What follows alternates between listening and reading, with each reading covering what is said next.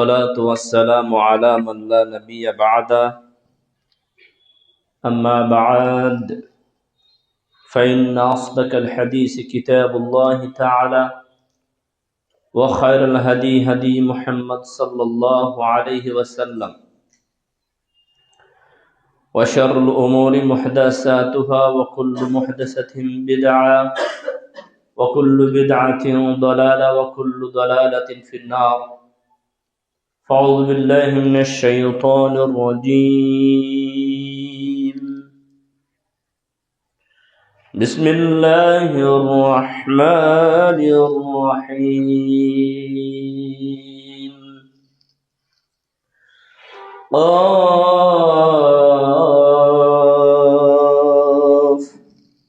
والقرآن المجيد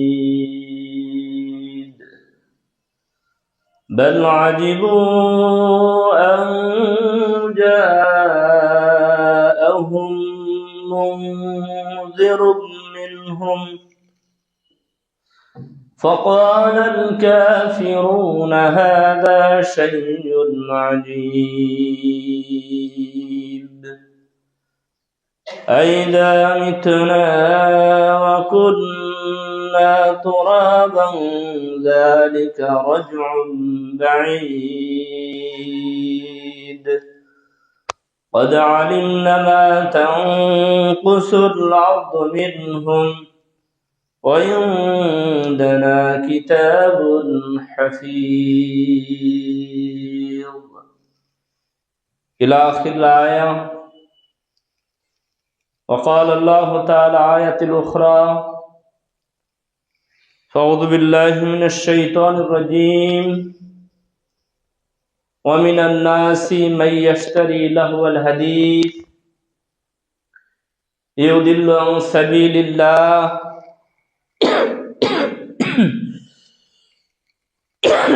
بغير علم ويتخذها هزوا أولئك هم عذاب مهين. وعن عبد الله بن عباس رضي الله تعالى عنه قال قال رسول الله صلى الله عليه وسلم إن الله تعالى حرم خمر والميسر والكوبا. وقال الله تعالى في آية الأخرى يا أيها الذين آمنوا قوا أنفسكم وأهلكم نارا.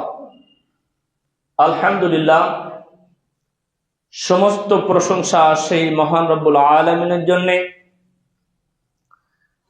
যে রব্বুল আলামিন আমাদেরকে জুমার দিনে তার গুণকীর্তন করার জন্য, তার আনুগত্য প্রকাশ করার জন্য তারই ঘরে উপস্থিত করিয়েছেন। আমরা আল্লাহ সুবহানাহু ওয়া তাআলার নিকটে শুকরিয়া জ্ঞাপন করি, বলি আলহামদুলিল্লাহ। সম্মানীয় মসজিদের উপস্থিতিগণ, আজকের জুমার খুতবার বিষয়বস্তু হলো গান বাজনা এবং তার প্রতিকার সম্পর্কে কোরআনুল কারীম থেকে রাসূল সাল্লাল্লাহু আলাইহি সাল্লামের জীবনের চূড়ান্ত কথা, শেষ কথা যা হাদিস থেকে আমরা উল্লেখ করব ইনশাআল্লাহ। এ ব্যাপারে আল্লাহ সুবহানাহু ওয়া তাআলা সূরাতুল লুকমানের 6 নম্বর আয়াতে বলছেন ওয়া মিনান নাসি মান ইয়াশতারি লাহুয়াল হাদিস। মানুষের মধ্যে এমন কিছু মানুষ রয়েছে যারা অসার বাক্য, গান বাজনা ক্রয় করে। ইউদিল্লু আন সাবিলিল্লাহ, তারা এই ক্রয় করে এই জন্যেই যাতে করে তারা মানুষকে পথভ্রষ্ট করতে পারে আল্লাহর রাস্তা হতে। বিগাইরি ইলমিন, ইলম না থাকার কারণে এলেম না থাকার কারণে তারা এই কাজটা করে থাকে। ওয়ায়াত্তাখিজুহা হুজুয়া, আর তারা এটা গ্রহণ করে হাসি তামাশা ঠাট্টা বিদ্রুপ আকারে।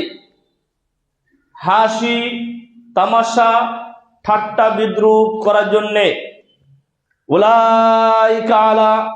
উলাইকা লাহুম আযাবুম মুহিন, ওই সমস্ত সকল নারী ও পুরুষের জন্য রয়েছে অপমানজনক শাস্তি। সম্মানীয় উপস্থিতি, তাহলে সংক্ষিপ্ত আকারে যেটা আমরা আয়াতের ভাব অর্থ বুঝতে পারলাম, যে যারা গান বাজনা ক্রয় করে মূলত তাদের উদ্দেশ্য আল্লাহর দ্বীন রাস্তা থেকে ফিরিয়ে দেওয়া, ইসলাম থেকে দূরে সরিয়ে করে দিয়ে পথভ্রষ্টতার দিকে ধাবিত করা।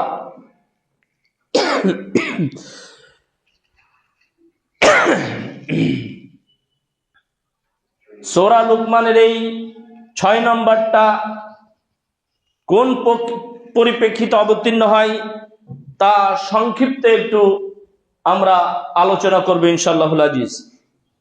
যদি সূরা লুকমানের এই 6 নম্বরের আয়াতের শানে নুজুল দেখেন, যেটা আপনি তাফসীর ইবনে কাসিরে পাবেন, তাফসীরে রুহুল মাআনিতে পাবেন।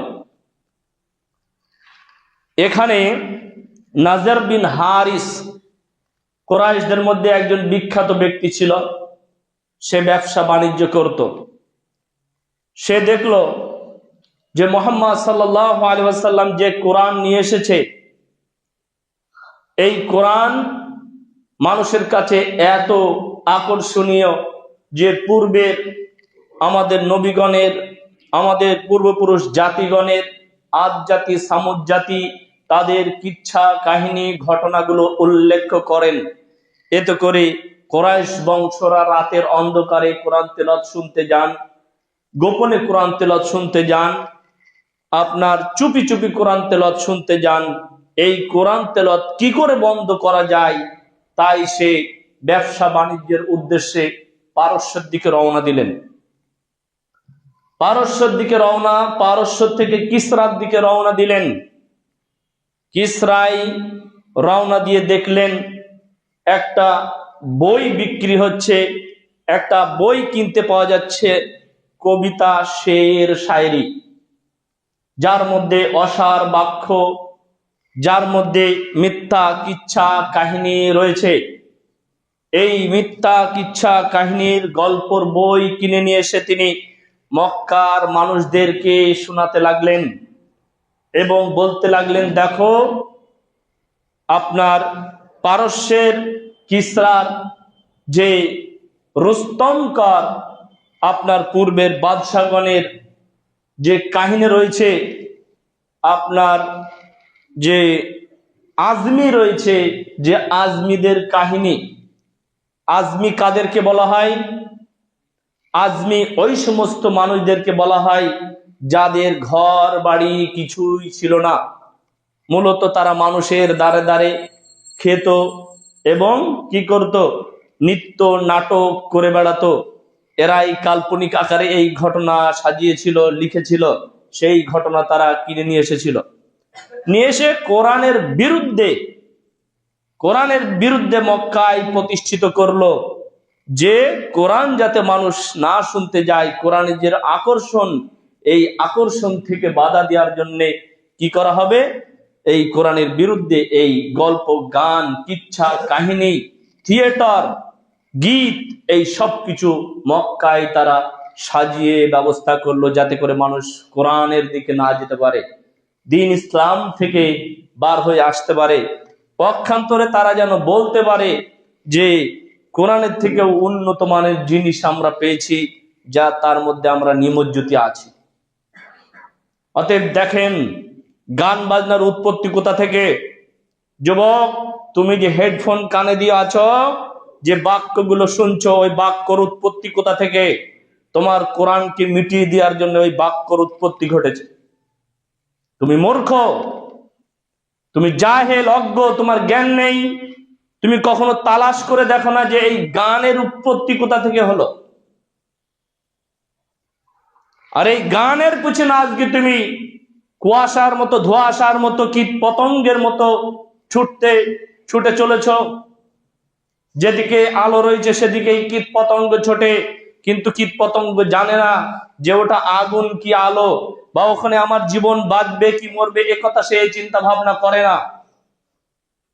তাই আল্লাহ সুবহানাহু ওয়া তাআলা ওই বইয়ের, ওই গানের, ওই গীত, ওই চর্চার, ওই সঙ্গীত, ওই নর্তকীদের গান বাজনা বন্ধ করার জন্য আল্লাহ এই আয়াত অবতীর্ণ করলেন।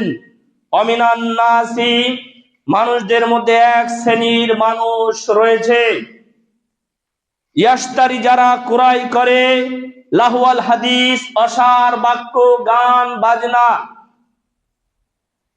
ইউদিল্লু আন সাবিলিল্লাহ, এই জন্যই তারা ক্রয় করে যাতে করে মানুষকে ইসলাম থেকে, আল্লাহর পথ থেকে পথভ্রষ্ট করে বার করা যায়। বিগাইরি ইলমিন, এই শব্দই আল্লাহ ব্যবহার করেছে, যে তারা যে মানুষকে পথভ্রষ্ট করছে, যে গান বাজনার মাধ্যম দিয়ে, যে গীতের মাধ্যম দিয়ে, যে নর্তকী বেশ্যা মহিলাদের দিয়ে, এরা যদি জানতো এর উৎপত্তি কোথায়, তাহলে কখনোই এরা জানতো না। মূলত মুসলিম ছেলেরা এই কাজ করছে, যদি এরা জানতো এই নর্তকীদের উৎপত্তি কোথা থেকে, এই আজমিদের উৎপত্তি কোথা থেকে। এই আজমিরা ছিল তো মূলত যাযাবর। আপনি ভালোভাবেই জানেন, ইতিহাস পড়ে, যাযাবর কাদের বলা হয়? যাদের কোনো বাসস্থান নেই, যারা খায় দায়, অল্পতেই খুশি হয়ে গীত গায় এবং নাচ গান করে বেড়ায়, এবং যারা নর্তকী করে বেড়ায় অল্প টাকায়, রাজার কাছে, বাদশার কাছে খুশি হয়, আর বাদশার কাছে যারা বসে থাকে তারা এদের বিষয়ে কবিতা লিখে রাজ থেকে এদের নামে বই বার করে। সেই বই নাজের ইবনে হারেস কিনে নিয়ে এসেছিল। এখান থেকে নাচের, আপনার গানের উৎপত্তি, নাচের উৎপত্তি, সঙ্গীত চর্চার উৎপত্তি। তাই আল্লাহ সুবহানাহু ওয়া তাআলা বলছেন বিগাইরি ইলমিন, তাদের ইলম নেই, ওয়ায়াত্তাখিযুহা, তারা গ্রহণ করেছে, হুজুয়া, ঠাট্টা, বিদ্রুপ, আনন্দের জন্য। উলাইকা লাহুম আযাবুম মুহিন, তাদের জন্য রয়েছে কষ্টদায়ক শাস্তি, তাদের জন্য রয়েছে অপমানজনক শাস্তি। আল্লাহ সুবহানাহু ওয়া তাআলা অপমান কেন এই কথা বললেন আমরা একটু বুঝি। কেন আল্লাহ তাআলা অপমান করার কথা বললেন? এই জন্যই অপমান করার কথা বলল, নাজের ইবনে হারেস যেমন কোরআনকে অপমান করার জন্য, ইসলামকে অপমান করার জন্য এই গানের প্রতিষ্ঠাতা করেছে, গান চর্চা করেছে, গান মক্কার মুশরিকদের কাছে ছড়িয়ে দিয়েছে, যেমন কোরআনকে অপমান করার জন্য, ঠিক এর অনুসারী যারা হবে আল্লাহ সুবহানাহু ওয়া তাআলা তাদেরকে অপমানজনকভাবে শাস্তি প্রদান করবে। মনে রাখো, তোমার হেডফোন তোমার জাহান্নামের কাল হয়ে দাঁড়াবে, তোমার ডিজি তোমার জাহান্নামের খোরাক হয়ে দাঁড়াবে। শুধু তাই নয়, রাসূল সাল্লাল্লাহু আলাইহি ওয়াসাল্লাম বলেন, ইন্নাল্লাহ তাআলা হাররামাল খামরা, নিশ্চয় আল্লাহ তাআলা মুসলমানদের জন্য মদকে হারাম করেছে, মাদক দ্রব্যকে হারাম করেছে। মদ হোক, জুয়া হোক, গাঁজা হোক, যাবতীয় নেশাদার দ্রব্যকে হারাম করেছে। আর হারাম করেছে অল মাইসির, যাবতীয় লটারি, যাবতীয় জুয়া, ওয়াল কুবা, যাবতীয় গান বাজনা। অথচ এই মুসলমানদের মাধ্যম দিয়ে গান বাজনা প্রতিষ্ঠিত হচ্ছে। এই মুসলমানরাই এক শ্রেণীর মানুষ যারা মদ নিয়ে পড়ে আছে, এই সমাজের কুসংস্কার, এই সমাজের কোলাঙ্গার, ইসলামিক মুসলমান নামের কোলাঙ্গার, এদেরকে দিয়ে এই সমাজের গান বাজনা প্রতিষ্ঠিত হচ্ছে। আর এদেরকে সমর্থন করছে গ্রামের নেতা, গ্রামের ইমাম, গ্রামের ইমামের আপনার মসজিদের সেক্রেটারি, গ্রামের গোরস্থানের সেক্রেটারি এবং গ্রামের প্রতিষ্ঠিত ক্ষমতাধার মুসলিমরা। এরা সবাই জাহান্নামে যাবে, কেউ বাঁচাতে পারবে না।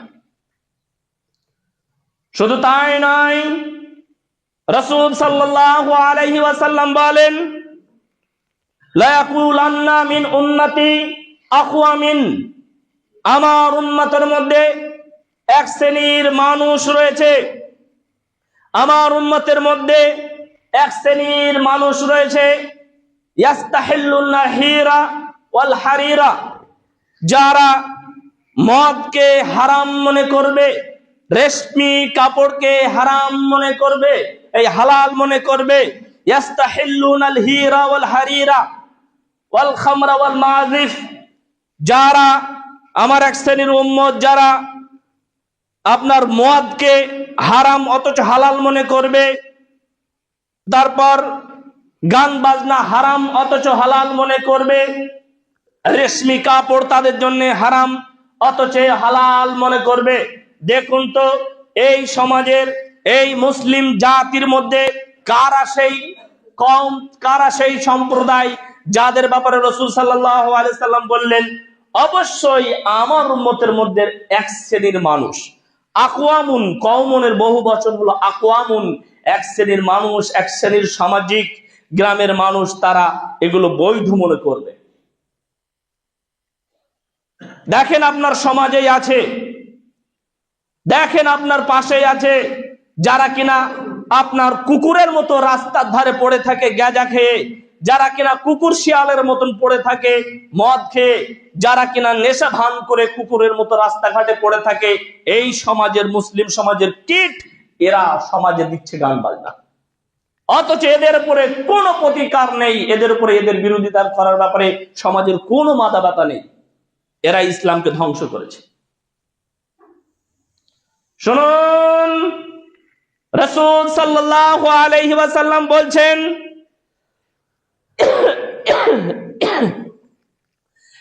লা ইয়াত্তাবিউল কায়নাত, তোমরা কোনো বাদ্য যন্ত্র বিক্রয় করো না, তোমরা কোনো গান বাজনা ক্রয় করো না, ওয়ালা তাশতারুহুন্না, এবং তোমরা তা বিক্রয় করো না, ওয়া সামানুহুন্না হারামুন ওয়া তুআল্লিমুহুন্না হারামুন, নিশ্চয় তার বিক্রয় মূল্য হারাম, তার ক্রয় মূল্য হারাম, তার শিক্ষা দেওয়াও হারাম। অতএব মুসলমান ছেলেরা নর্তকী ভাড়া করে নিয়ে এসে আপনাদের অন্তরের খোরাক দিচ্ছে। মুসলমান ছেলেরা আপনার 2 দিনের জন্য 3 দিনের জন্য মাইক ভাড়া করে নিয়ে এসে আপনাদের অন্তরের কুফরি খোরাক দিচ্ছে, দ্বীন ইসলাম ধ্বংসের খোরাক দিচ্ছে, কোরআন মিটিয়ে দেওয়ার খোরাক দিচ্ছে।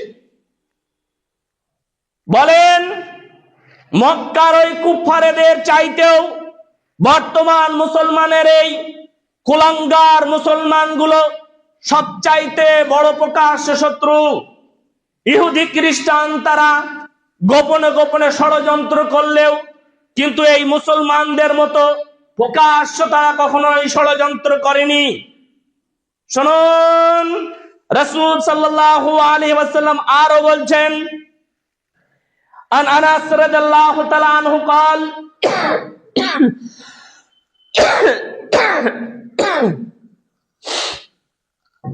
قال رسول الله صلى الله عليه وسلم لا يقولن في هذه الامه, নিশ্চয় অতি শীঘ্রই এই উম্মতের মধ্যে একদল জাতি থাকবে, একদল উম্মত থাকবে, খাসফুন ওয়া কাযফুন ওয়া মাসখুন, যাদের কারণে 3টি পাপ, 3টি ধ্বংস, 3টি গজব নেমে আসবে।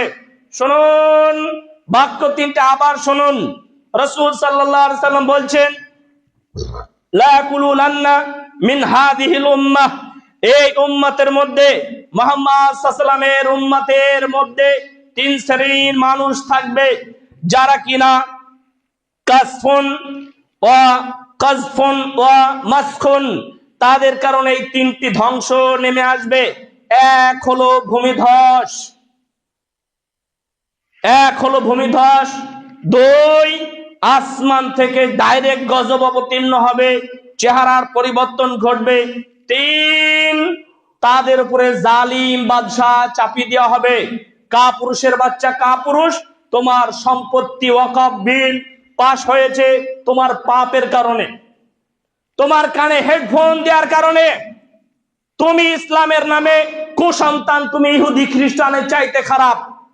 তুমি লা ইলাহা ইল্লাল্লাহ বলার পরে তুমি কেন ব্যাংক পার্টি ভাড়া করে নিয়ে আসো? তুমি লা ইলাহা ইল্লাল্লাহ বলার পরে তুমি কেন বাদ্যযন্ত্র নর্তকী ভাড়া করে নিয়ে আসো?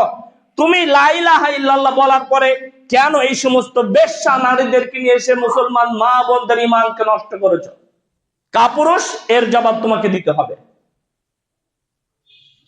এরপর রাসূল সাল্লাল্লাহু আলাইহি ওয়াসাল্লাম বলছেন কি, ইদা শারিবাল খামরু, তারা মদ্যপান করবে। মদ্যপান হয়নি, গত পরশুদিন মদ্যপান হয়নি, আপনার ছেলে করেছে মদ্যপান, আপনার ভাতিজা করেছে মদ্যপান, আপনার ছেলে করেছে, আপনার ভাই করেছে, আপনার প্রতিবেশী করেছে, আপনার গ্রামবাসী করেছে, আপনার হৃদয়ের ইসলামিক ভাই করেছে, যাকে আপনি মুসলিম বলে দাবি করছেন। আল্লাহি, আল্লাহর কসম, সে মুসলিম না, সে মুসলিম হতে পারে না। সে মুসলিম নাম হলেও তার কাজ ইহুদি খ্রিস্টানের চাইতেও খারাপ। তাহলে দেখেন কত বড় সে ক্ষতি করছে। তার যদি জানা থাকতো এই গান বাজনা কোথা থেকে উৎপত্তি হয়েছে, কোরআনকে ইসলামকে মিটিয়ে দেওয়ার জন্য এই গান বাজনা নর্তকীর উৎপত্তি ঘটেছে, তাহলে সে কখনোই এই কোরআনকে, এই আপনার যে আয়োজন করেছে, এই আয়োজন কশ্চিন কালেও করতো না। এই জন্য আমি বিগত দিন থেকে আপনাদেরকে বলে আসছি, এদেশের ইমামরা, এদেশের মসজিদের ইমামরা 99% জাহেল, যারা সমাজকে নিয়ে চিন্তা ভাবনা করে না, যারা সমাজের যুবক ছেলেদেরকে নিয়ে চিন্তা ভাবনা করে না, যারা সমাজের বৃদ্ধদেরকে নিয়ে সুন্দর একটা পরিবেশ তাদের হাতে তুলে দেওয়ার জন্য চিন্তা ভাবনা করে না, এরা ইমাম হওয়ার যোগ্য না। এরা সময়ের সাপেক্ষে নিজেদের ঘর বাড়ি তৈরি করছে, সময়ের সাপেক্ষে এরা যেমন নিজেদের গরু বাছুর গুলো মানুষ করে, ঠিক এরা এদের পরিবারের মানুষগুলোকে তৈরি করছে, বড় করছে। কারণ এরা পশু, একটা পশুর মধ্যেও জ্ঞান আছে, এদের মধ্যে সেই জ্ঞান নেই। আর এই গজব নামার কারণ হলো অধিকাংশ মসজিদের দায়িত্বশীল হারামখোর। অধিকাংশ মসজিদের কি বা আহলে হাদিস, কি বা হানাফি, কি বা শাফি, কি বা দেওবন্দি, এই নালায়েক গুলো, এই কুসন্তান গুলো ইসলামের পথে এসে আরো সব থেকে বড় ক্ষতি করেছে। শুধুমাত্র যদি আলেম সমাজের হাতে এই দিন প্রতিষ্ঠানগুলো থাকতো, আজও এইটা সংরক্ষণ ভাবে থাকতো। আপনি দেখেননি, আপনার বয়স যখন ছোট, আপনার বাপ দাদা বলেছে ও যদি মদ পান করে ওকে এক ঘরে করে দেবো। অমুকের মেয়ে বার হয়ে গিয়েছে, কেন বার হলো, তদন্ত করা হলো, বিচার করা হলো, ওকে এক ঘরে করা হলো। দেখেননি আপনার বাপ এগুলো করেছে, আপনার দাদা এগুলো করেছে? অতীত ভুলে গেলে হবে? তাদের ভিতরে ঈমান ছিল, আর আপনার সেক্রেটারির ভিতরে ঈমান কই? আপনার মসজিদ কমিটির সেক্রেটারির ভিতরে ঈমান কই? আজ পর্যন্ত তারা দাড়িটা ছাড়তে পারেনি, আজ তারা জামাতের সাথে 5 ওয়াক্ত নামাজ পড়তে পারেনি। কিসের দিনের সফলতা আসবে? এই জাতি মুসলিম উম্মাহকে কি করেছে? দিনকে ধ্বংস করেছে। তাহলে গান বাজনা চলার কারণে আল্লাহ তাআলা বলল, জালিম বাদশা, জালিম শাসক, জালিম কর্তৃপক্ষ তাদের উপর চাপিয়ে দেওয়া হবে।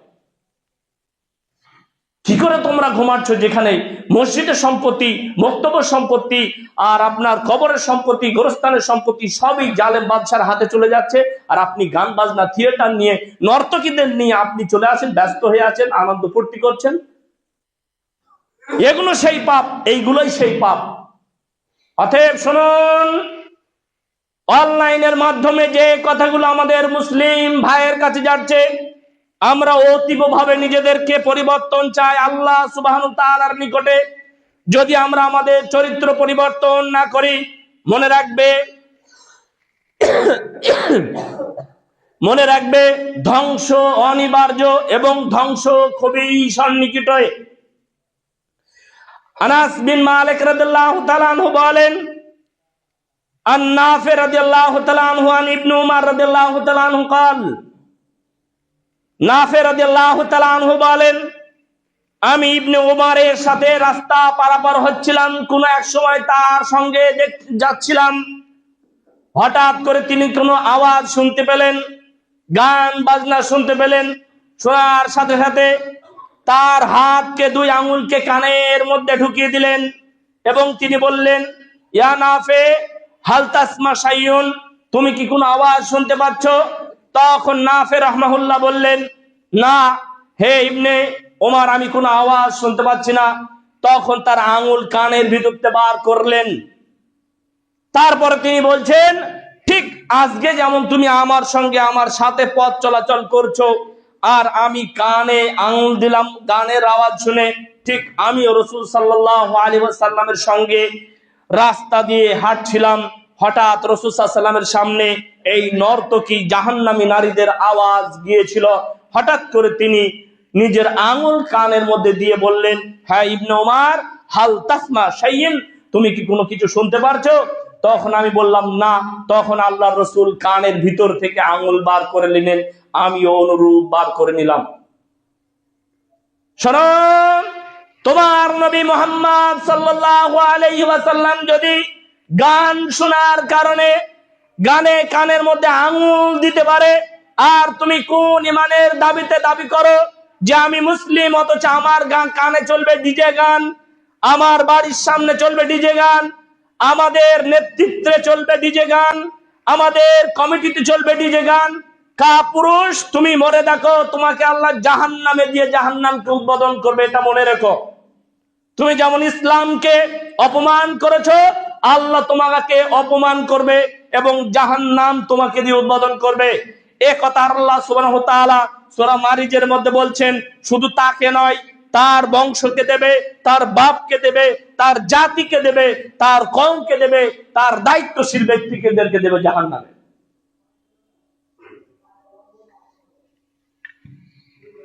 আমরা যতটা সহজ মনে করছি ততটা সহজ নয়, এর হিসাব আমাদেরকে দিতেই হবে। আপনি মনে করছেন হেডফোন কানে দিয়ে আমি গান শুনছি, এটা তো গান মাত্র, কিন্তু তোমার বোঝা উচিত ছিল ওই গানের আবিষ্কারক কারা।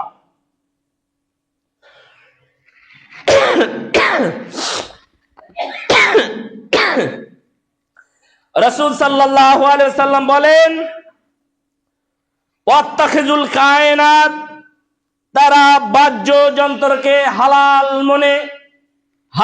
মেনে তারা শ্রবণ করবে, অথচ তাদের উপরে হারাম করা হয়েছে। ওয়াবিল মাযিফ, তাদের উপরে এই বাদ্যযন্ত্র, গীত গাওয়া সবই হারাম করা হয়েছে। তারপরেও তারা কি মনে করবে? হালাল মনে করে গান শ্রবণ করবে। একথা বলতে গিয়ে আল্লাহ সুবহানাহু ওয়া তাআলা সূরা আল ইমরানের 85 নম্বর আয়াতে উল্লেখ করে বলছেন, ওমাই ইয়াবতাগি গায়রাল ইসলামি দীনান। শোনো, একথা বলতে গিয়ে আল্লাহ সুবহানাহু ওয়া তাআলা বলেন যে, হে নবী আপনি বলুন, আমান্না বিল্লাহি মা উনজিলা আলাইনা, আমরা ঈমান আনয়ন করলাম যা আমাদের উপর অবতীর্ণ হয়েছে,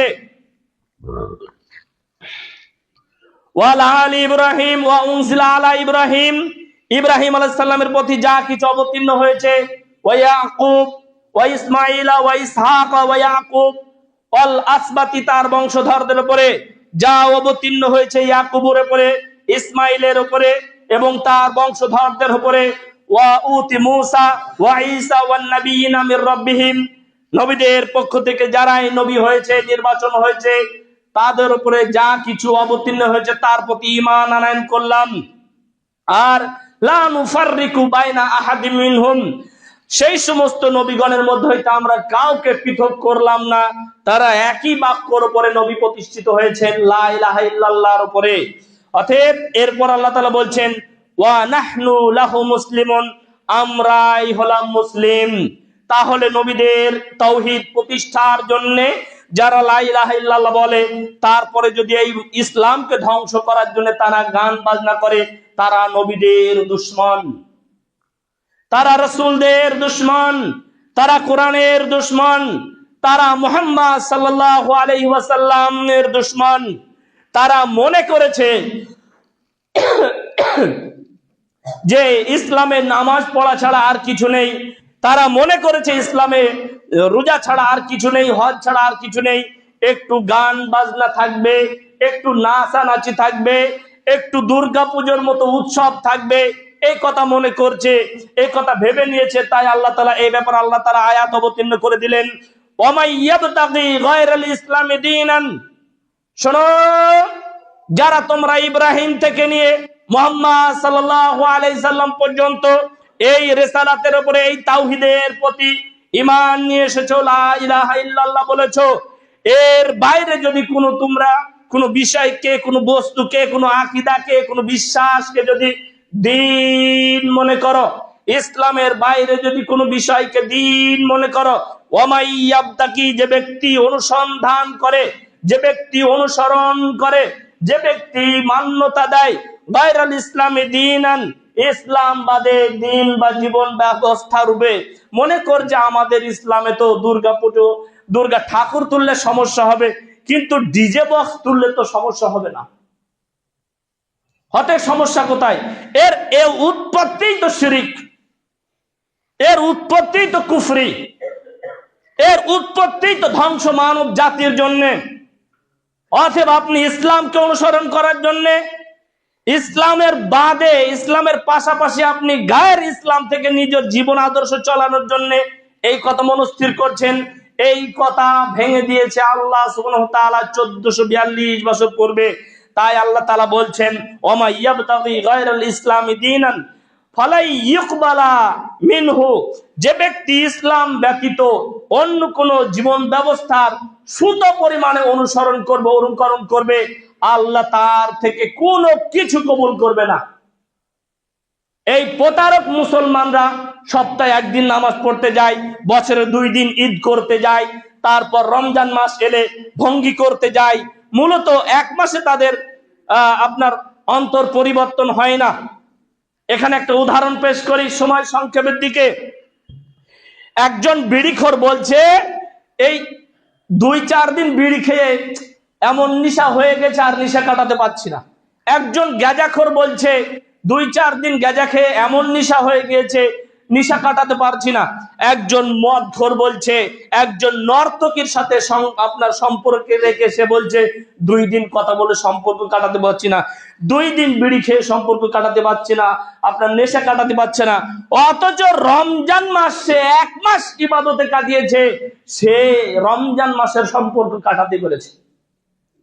কথা আমরা বুঝতে পারিনি? রমজান মাস এসেছে তাকে পরিবর্তন করার জন্য, জাহান্নাম থেকে বাঁচানোর জন্য। সেই রমজান মাস তাকে 1 মাস ধরে পাপের কাছে ফেরাতে পারলো না, অথচ 3 দিন বিড়ি খেয়ে সে নেশা ছাড়াতে পারলো না। কে বলেছে আপনাকে? শয়তান আপনাকে এই কুযুক্তি দিয়েছে, শয়তান আপনাকে ধ্বংসের দ্বার প্রান্তে নিয়ে গিয়েছে। অতএব প্রত্যেক ইমামের, প্রত্যেক দায়িত্বশীলের, প্রত্যেক যারা মুসলিম, আপনার গ্রাম্য সর্দার হোক, গ্রাম্য নেতা হোক, গ্রাম্য প্রধান হোক, যারা মুসলিম, কমসে কম তার জাতিকে যেন দ্বীন ইসলাম থেকে সংরক্ষণ করার দায়িত্ব ভূমিকা পালন করে, নাইতে তারা উভয় জাহান্নামে যাবে, পুরো জাতি গোষ্ঠী জাহান্নামে যাবে। সূরা মারিজে স্পষ্ট বলে দিয়েছে। একথা উল্লেখ করে আল্লাহ তাআলা এইভাবে বলছেন, ওয়া ফাসিলাতি হিল্লাতি তুবি। ফাসিলাতুন বলা হয় যে ব্যক্তি তার বংশ থেকে বিচ্ছেদ হয়ে এসেছে। ফাসিলাতুন মানে পৃথক হওয়া। আপনার 2টো ছেলে, এখন 2 ছেলে যখন ছেলে হবে, তখন একে অপরের চাচা হবে না, একে অপরের ভাতিজা হবে না? এই তো বংশ বিস্তার হয়ে এলো। তো আল্লাহ তাআলা বলছে যে আমি জাহান্নামে তাকে দেব যে তার বংশ থেকে পৃথক হয়ে এসেছে, অথচ তার বাপ তাকে বিরোধিতা করেনি, তার চাচা তাকে বিরোধিতা করেনি, তার ভাই তাকে বিরোধিতা করেনি। সে যে সমাজে বাস করত, সেই সমাজ তাকে বিরোধিতা করেনি। যে ইমামের আন্ডারে বাস করত, যে নেতার আন্ডারে বাস করত, সেই নেতা তাকে বাধা দেয়নি। অতএব এই ফাসিলাতুন, এই পৃথক হওয়ার সম্পর্ককে গোটাকে আমি জাহান্নামে দেব। কাল্লা, সাবধান পৃথিবীর মানুষ শোনো, এমন একটা জাহান্নামে আমি দেব, কাল্লা ইন্নাহা লাযা, নিশ্চয় চামড়া দগ্ধ করা জাহান্নামে দেব, নিশ্চয় চামড়া ফুসকা উঠা মতন জাহান্নামে দেব, নিশ্চয় চামড়া সিদ্ধ হওয়া মতন জাহান্নামে দেব, নিশ্চয় চামড়া গুটি নেওয়া মতন জাহান্নামে দেব। আপনার হাড় হাড্ডি থাকবে, কিন্তু গোস্ত গায়ে থাকবে না।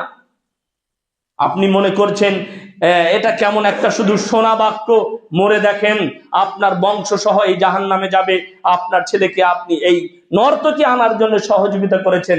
আপনার ইমাম, আপনার সেক্রেটারি, আপনার সভাপতি, আপনার যাবতীয় এই কমিটি সবাই এই নর্তকীদের নিয়ে আসার সমর্থন করেছে। বিরোধিতা করেনি মানেই সমর্থন করেছে। কাপুরুষ তুমি বলো আমি কিনা পিকনিক করছি। পিকনিক করলে তুমি কোরআন তেলাওয়াত করো না কেন? ইসলামিক সাহিত্য চর্চা করো না কেন? ইসলামিক গীত গাও না কেন? কেন তুমি ফাঁকা মাঠের মাঝখানে আল্লাহ জমিনকে নাপাক করে কেন তুমি থিয়েটার বাজালে? কেন তুমি ডিজে বাজালে? কাপুরুষের বাচ্চা কাপুরুষ! এই জমিন কি তোমার বাবা কাইলে সম্পত্তি নাকি? এই সব জমিন একমাত্র আল্লাহ সুবহানাহু ওয়া তাআলার তাওহীদের প্রতিষ্ঠার জন্য সম্পদ হিসেবে মুসলমানদের হাতে তুলে দিয়েছে, পৃথিবীবাসীর হাতে তুলে দিয়েছে। আপনার থেকে কড়াই গন্ডা হিসাব নেওয়া হবে, এটা মনে রাখবেন। মরে দেখেন একবার। 3 দিনের সময় পেয়ে এসে 9 দিনের বাড়াবাড়ি করছেন আপনি। অতএব সংক্ষিপ্ত আকারে যতটুকু আল্লাহ সুবহানাহু ওয়া তাআলা আমাদেরকে বললেন, আমাদেরকে বুঝালেন, শোনালেন, শিখালেন, সেটা মানার এবং গ্রহণ করার তৌফিক দান করুক, আমিন। আল্লাহ সুবহানাহু ওয়া তাআলা আমাদেরকে যেন এই খুতবা থেকে আমাদের মানসিক পরিবর্তন হয়, চিন্তা চেতনার পরিবর্তন হয় এবং চিন্তা চেতনা যেন আখিরাতমুখী হয়। প্রতিটা মুহূর্তে যেন ইসলামের ভালোর জন্য, মানব জাতির ভালোর জন্য, হিন্দু হোক, খ্রিস্টান হোক, বৌদ্ধ হোক, মানব জাতির কল্যাণের জন্য যেন পাশে দাঁড়াতে পারি, কাজ করতে পারি, সেই মনোচিন্তা নিয়ে পৃথিবীতে বেঁচে থাকতে হবে। মুসলিম পৃথিবীর শ্রেষ্ঠতম জাতি। মুসলিম মানে সে একদম গেস্ট। অতএব এই চিন্তা ভাবনা নিয়ে খুতবাতে আসতে হবে, খুতবা শুনতে হবে, 5 ওয়াক্ত নামাজ পড়তে হবে, জামাতে আসতে হবে। মুনাফিক কিছু দেখা গেল মাগরিবে এসেছে, ঈশায় নেই, আপনার ফজরে এসেছে, আপনার জহরে নেই, অথচ সে বাড়িতে পৌঁছে আছে। ব্যথা আর ব্যথা, ব্যথা আর ব্যথা। প্রত্যেক নবীগণ তারা হৃদয়ে কষ্ট নিয়ে আল্লাহর কাছে চলে গিয়েছে। প্রত্যেক রাসূলগণ তারা হৃদয়ে ব্যথা নিয়ে আল্লাহর কাছে চলে গেছে। প্রত্যেক হাক্কানি আলেম ওলামারাও তারা আল্লাহর কাছে চলে গেছে হৃদয় ব্যথা নিয়ে। আর এই সমাজের কুসংস্কার, সমাজের সবচাইতে থার্ড পার্সেন্ট জনসাধারণ মানুষগুলো নবীদের বিরোধিতা করেছে, রাসূলদের বিরোধিতা করেছে। জনসাধারণ আপনার দ্বীন ইসলামের বিরোধিতা করে নিজের জীবনের, নিজের মনের আত্মার শান্তি নিয়ে ঘুরে বেরিয়েছে। অতএব আল্লাহ সুবহানাহু ওয়া তাআলা আমাদেরকে বোঝার তৌফিক দান করুক, আমিন। বারাকাল্লাহু লানা ওয়া লাকুম ফিল কুরআনিল আযীম ওয়া নাফা'না বিল আয়াতি ওয়া যিকরিল হাকীম।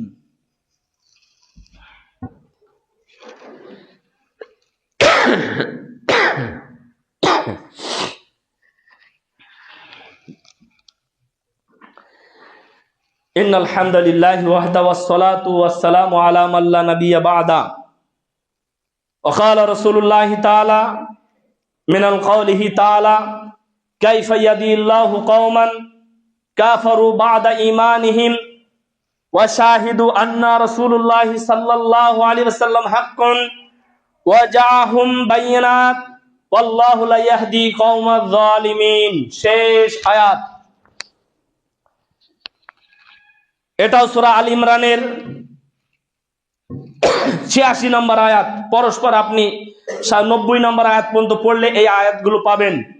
আল্লাহ তাআলা বলছেন কাইফা ইয়াহদিল্লাহু কওমান, আমি ওই কওমকে, ওই জাতিকে কিভাবে হেদায়েত করতে পারি। ভালো করে শব্দ অর্থ বুঝুন। আল্লাহ বলছে আমি ওই জাতিকে, ওই কওমকে, ওই গোত্রকে, ওই যুবককে, ওই ছেলেকে, ওর বাপকে কিভাবে হেদায়েত করতে পারি। কাফারু বা'দা ঈমানিহিম, যারা ঈমান আনার পরে কুফরি করেছে। আপনি জানেন না মদ খাওয়া হারাম, তারপরেও খাচ্ছেন? আপনি জানেন না মেয়েদের সাথে সম্পর্ক রাখা হারাম, অবৈধ, আপনি তারপরেও সম্পর্ক গড়েছেন? আপনি জানেন না গান বাজনা হারাম, তারপরেও আপনি গান শুনছেন? আপনি জানেন না সুদ খাওয়া হারাম, তারপরে আপনি সুদ খাচ্ছেন? আপনি জানেন না লটারি কাটা হারাম, তারপরে আপনি লটারি কাটছেন? এটা আল্লাহ আক্ষেপ করে বলছে আমি কি করে ওদেরকে হেদায়েত করতে পারি, কিভাবে ওদেরকে আমি হেদায়েত দিতে পারি। আপনি কোরআন খুলুন। আপনি তো 12 পাস ছেলে, আপনি 12 ক্লাস পাস করেছেন, আপনি MA করেছেন, আপনি মাস্টার্স করেছেন, আপনি কোরআন খুলুন। আল্লাহ স্পষ্ট বলছে। আল্লাহ তারপরে বলছেন ওয়া শাহিদু আন্না রাসূলুল্লাহ সাল্লাল্লাহু আলাইহি ওয়াসাল্লাম হাক্কুন, আবার ওরাই সাক্ষী দিচ্ছে মুসলমান হিসাবে যে মুহাম্মদ সাল্লাল্লাহু আলাইহি ওয়াসাল্লাম হলো শ্রেষ্ঠ নবী। মুহাম্মদ সাল্লাল্লাহু আলাইহি ওয়াসাল্লাম শ্রেষ্ঠ নবী, তো তোমার অবস্থা কি? মুহাম্মদ সাল্লাল্লাহু আলাইহি ওয়াসাল্লাম শ্রেষ্ঠ নবী, তোমার কথাই সত্য, তো তুমি কে? তুমি তো শুকরের চাইতে খারাপ করে ফেলেছো তোমার চরিত্রকে। বলো যুবক, তোমার কি অবস্থা? মুরব্বী বলো, তোমার কি অবস্থা? কি অবস্থায় আমরা আমাদের জীবন যাপন করছি? এই অবস্থায় যদি আমাদের উপর গজব নেমে আসে, ঈমান নিয়ে যাওয়া যাবে এরকম পরিস্থিতিতে কেউ দাবি করতে পারবো না। তাই আল্লাহ তাআলা বলছে ওয়াজাহুম বাইয়িনাত, অথচ তাদের নিকটে শরিয়াত, ইসলাম, হুকুম, বিধান স্পষ্ট হয়ে গেছে। আপনি জানেন সব বিধান স্পষ্ট হয়ে গেছে। এরপর আল্লাহ তাআলা বলছেন ওয়াল্লাহু লা ইয়াহদিল কওমায যালিমিন, নিশ্চয় কখনো নয়, হারগিজ नहीं, আল্লাহ তাআলা জালেমদেরকে পথ প্রদর্শন করেন না, হেদায়েত দেন না। তাহলে যতক্ষণ পর্যন্ত আপনি তওবা করে ফিরে না আসবেন, যতক্ষণ পর্যন্ত তওবা না করবেন, এরম ধরনের নর্তকী, এরম ধরনের আপনার ডিজে প্রতি মজলিস, এরম ধরনের আপনার ফাংশন, যতক্ষণ ভাবে তওবা করে ফিরে না আসবেন, আল্লাহ আপনার কপালে হেদায়েত করবে না। 1442 বছর পূর্বে তিনি ইতিহাস রচনা করে দিয়েছেন কিয়ামত পর্যন্ত। হেদায়েত আল্লাহর পক্ষ থেকেই, কিন্তু আপনার সংযতন এবং নিজেকে সংশোধন করবে, আল্লাহর কাছে হেদায়েত চাইবে, আল্লাহ সাথে সাথে হেদায়েত দিয়ে দেবে। অতএব এখানেই আমরা জুমার খুতবা শেষ করছি। আর শেষ আয়াত যেটা আল্লাহ তাআলা বলছেন উলাইকা দাদাউহুম আন্না আলাইহিম লানাতুল্লাহ, আল্লাহ তাআলা বলছেন যারা এই পাপের মধ্যে থাকবে তাদের উপরে আল্লাহর লানত, ফেরেশতাদের লানত এবং পৃথিবীর সমস্ত মানববাসীর লানত। আপনি তোড়খালি গ্রামে ঘুরে দেখেন, যারা এই গান বাজনা দিয়েছে, সাধারণ মানুষের মতামত নিয়ে দেখেন, তারা কি সন্তুষ্ট? তারা সন্তুষ্ট নয়। তারা এইভাবে অভিশাপ করছে, যেভাবে খুতবায় অভিশাপ করা হচ্ছে। আল্লাহ কি সন্তুষ্ট? আল্লাহ অভিশাপ করছে যেভাবে তিনি বিধান দিয়েছেন। ফেরেশতারা অভিশাপ করছে। শুনুন, এই অসার বাক্য গান বাজনা যতদূর আওয়াজ হয় তার থেকে ফেরেশতারা দূরে চলে যায়, কারণ গান বাজনা হারাম, গান বাজনা পাপের কাজ, গান বাজনা মিথ্যা কথা। তাই মিথ্যা কথা থেকে ফেরেশতারা যতদূর পর্যন্ত আওয়াজ শোনা না যায় তার থেকে বেশি দূরে চলে যায়। আপনি ফেরেশতা তাড়ানোর কাজ করেছেন। আর কি শেষ আয়াত বলে শেষ করব, যেহেতু অসম্পূর্ণ থেকে যাচ্ছে। আর খালিদিনা ফিহা লা ইউখাফফাফু আনহুম আযাবা ওয়ালা হুম ইউনসারুন, তাদের প্রতি কোনো জাহান্নামের আযাব হালকা করা হবে না। চিন্তা করে দেখেন একবার, যদি আমাদের তকদিরে লেখা হয়ে যায় গান বাজনা দেওয়ার কারণে, ফাংশন দেওয়ার কারণে, মদ খাওয়ার কারণে, নিষেধার পান করার কারণে, নারী নির্যাতন জেনায় লিপ্ত হওয়ার কারণে জাহান্নাম লিপিবদ্ধ হয়ে গিয়েছে, তাহলে জাহান্নামের আযাব আপনার উপরে কম করা হবে না। অতএব আল্লাহ সুবহানাহু ওয়া তাআলা আমাদেরকে, যুবকদেরকে, বৃদ্ধদেরকে, বাচ্চাদেরকে জাহান্নাম থেকে হেফাজত করুক, আমিন। আল্লাহ আপনি সর্বশক্তিমান। আমারই মুসলিম ভাইরা তারা ভুল বশত একটা অন্যায় কাজ করে ফেলেছে, পাপের কাজ করে ফেলেছে। আল্লাহ আপনি ক্ষমাশীল, সর্বশক্তিমান, দয়াময়, আপনি তাদেরকে মাফ করুন। আল্লাহ আপনি সর্বশক্তিমান। তারা না বুঝে গান চর্চা করে ফেলেছে, তারা না বুঝে আপনার নর্তকী নিয়ে এসেছে, আল্লাহ আপনি তাদেরকে মাফ করুন। পরবর্তীতে তারা যেন এই পাপের কাজে নিজেদেরকে উৎসাহিত না করে, জনগণকে উৎসাহিত না করে এবং অপর থেকে চাঁদাবাজি তুলে এইভাবে পাপের কাজ প্রতিষ্ঠিত না করে, তাদেরকে আপনি হেফাজত করুন। আল্লাহ আপনি সর্বশক্তিমান। যখন মানুষ ভুল বোঝে পাপের পথে ফিরে আসে, আপনি সেই পাপকে ক্ষমা করে দেন। অতএব আমরা আপনার কাছে নিজের মুসলিম ভাইদের জন্য, নিজের জাতির জন্য, কওমের জন্য দোয়া চাইছি। আল্লাহ তাদেরকে আপনি পাপ মুক্ত ভাবে জীবন যাপন করার তৌফিক দান করুন। আল্লাহ তাদেরকে নেশামুক্ত জীবন যাপন করার তৌফিক দান করুন। আল্লাহ আপনি সর্বশক্তিমান। তাদেরকে হালাল রিজিক উপার্জন করার তৌফিক দান করুন। আল্লাহ এই সমস্ত যুবককে আপনি দিনের পথে কবুল করার তৌফিক দান করুন। আল্লাহ আপনি যে কথা বলেছেন সে কথাই সত্য। আল্লাহ আপনার বিরুদ্ধে গেলে, ইসলামের বিরুদ্ধে গেলে জালিম বাদশার শাসন চলে আসে, এ কথাই সত্য। আল্লাহ আপনার কথা অনুযায়ী আমাদেরকে আপনার দিনের উপরে পরিপূর্ণভাবে থাকার তৌফিক দান করুন। আল্লাহ আপনি জালিম বাদশাকে হেদায়েত দান করুন। আল্লাহ মুসলমানদের সম্পত্তিকে আপনি সুস্থভাবে আল্লাহ সংরক্ষণ ভাবে মুসলমানদের মধ্যেই আপনি সীমাবদ্ধ রাখুন। আল্লাহ আপনি সর্বশক্তিমান, আপনি জালিম বাদশার হৃদয়কে পরিবর্তন করার ক্ষমতা রাখেন। আল্লাহ তার হৃদয়কে পরিবর্তন করে ইসলামের সুশিক্ষায় আদর্শবান করার তৌফিক দান করুন। আর যদি সে হিংসাবশত কোনো জাতিকে, কোনো পৃথিবীর মানব মণ্ডলীকে ধ্বংস করতে চায়, তাহলে আপনার এলম অনুযায়ী চাই আপনি তাকে ধ্বংস করুন, নাই চাই আল্লাহ আপনি হেদায়েত দান করুন। আল্লাহ এই ভারতের মাটিতে, ভারতের বুকেতে আপনি এমন একটা বাদশাহ, এমন একটা শাসন, এমন একটা রাজতন্ত্র প্রতিষ্ঠিত করুন, যেখানে পৃথিবীর হিন্দু, মুসলিম, খ্রিস্টান, জৈন, বৌদ্ধ সবাই তৃপ্তি সহকারে নিজের নিজের ইনকামে, নিজের নিজের জীবন ব্যবস্থায়, নিজের নিজের শান্তিতে বসবাস করবে, এমন একজন রাজা বাদশাহ তৈরি করুন। আমিন। আল্লাহ আপনি সর্বশক্তিমান, সর্বোপরি আমাদেরকে লা ইলাহা ইল্লাল্লাহ বলে, এই লা ইলাহা ইল্লাল্লাহ বলার উপরে টিকে থেকে ঈমানকে নিয়ে কবরে যাওয়ার তৌফিক দান করুন। আমিন। আল্লাহ শেষ বাক্য, আপনি আমাদেরকে জাহান্নাম থেকে হেফাজত করুন। আল্লাহ আপনি আমাদেরকে জাহান্নাম থেকে হেফাজত করুন। আল্লাহ আপনি আমাদেরকে জাহান্নাম থেকে হেফাজত করুন। আল্লাহ আপনি আমাদের যুবক ভাইদেরকে মাফ করে দেন। আল্লাহ আপনি আমার যুবক ভাইদের মাফ করে দেন, তারা ভুলবশত কাজ করে ফেলেছে, তাদেরকে মাফ করে দেন। আল্লাহ আপনি আপনার আসমানকে স্থির করে রাখেন। আল্লাহ আপনি আপনার আসমানের গজবকে উপরে তুলে নেন। আল্লাহ আপনি আমার যুবক ভাইদেরকে মাফ করে নেন। আল্লাহ প্রকৃতপক্ষে তারা জানে না এই অশ্লীলতা কোথা থেকে এসেছে। আল্লাহ আপনি তাদের মাফ করুন। আল্লাহ আপনি আমাকে মাফ করুন। আল্লাহ আপনি যে সমস্ত হানাফি ভাই ইমামরা আছে তাদেরকে মাফ করুন, তাদেরকে জনসাধারণকে বোঝানোর তৌফিক দান করুন। আল্লাহ তারা যেন মাতৃভাষায় খুতবা দিতে পারে, কোরআনকে খুলে খুলে সেই তৌফিক দান করুন। আল্লাহ আপনি সর্বশক্তিমান, মুসলমানদের উপরে কঠিন বিপদ আসছে, আল্লাহ আপনি এই বিপদ থেকে মুসলমানদেরকে রক্ষা করুন। আল্লাহ আমরা বিশ্বাস রাখি আপনি যেমন ফিরআউনকে পাঠিয়েছিলেন, পাশাপাশি ফিরআউনকে দমন করার জন্য মূসাকে পাঠিয়েছিলেন, যেমন নমরুদকে পাঠিয়েছিলেন, নমরুদকে দমন করার জন্য ইব্রাহিমকে পাঠিয়েছিলেন। আল্লাহ আপনার প্রতি আমরা বিশ্বাসী, আশাবাদী, আপনি নিশ্চিত এই জুলুম থেকে আমাদেরকে, আমাদের কর্মফল দিয়ে আমাদেরকে বাঁচাবেন। অর্থাৎ আমাদের কর্মফল আল্লাহ আপনার দিকে যাওয়াটাই সব থেকে অধিক এবং সব থেকে জীবনের নিরাপত্তা। আল্লাহ আপনি আমাদেরকে, মুসলিম উম্মাহকে আপনার দিকে ফিরে আসার তৌফিক দান করুন এবং গায়বী মাদার থেকে আপনি এই জালিম শাসকের অত্যাচার থেকে আমাদেরকে হেফাজত করুন। আল্লাহ মুসলমান যুবকদেরকে আপনি মসজিদ মুখে আসার তৌফিক দান করুন। বৃদ্ধদেরকে বেশি বেশি আল্লাহ ঈমানের উপর রেখে তাদেরকে ছেলে সন্তানের জন্য দোয়া করার তৌফিক দান করুন।